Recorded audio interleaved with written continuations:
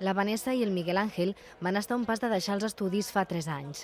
A ella li costava massa posar-se davant dels llibres i a ell li tocava repetir curs. Caixa Catalunya els ha pagat un sou de 100 euros mensuals a canvi de que anessin a classe. Si faltaven, perdien el seu sou.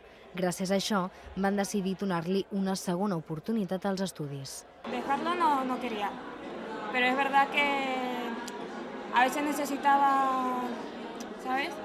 Y pues fue una ayuda. O sea, dejar nunca fue mi intención. O sea, siempre quise seguir estudiando. Sí, porque había repetido curso y ya estaba como seguir o no seguir, el dilema, no sabía qué hacer.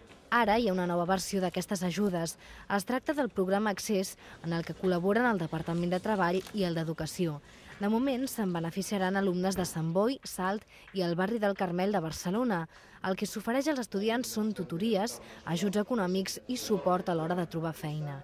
Segons dades de Caixa Catalunya, els joves amb estudis superiors tenen el doble de possibilitats de trobar feines millor pagades i amb més estabilitat. Aquest nivell que s'incrementa dia a dia el nombre de persones que entren a les nostres oficines de treball, aquí estem veient que la població més vulnerable, la que està patint més aquesta situació, són les persones menys formades.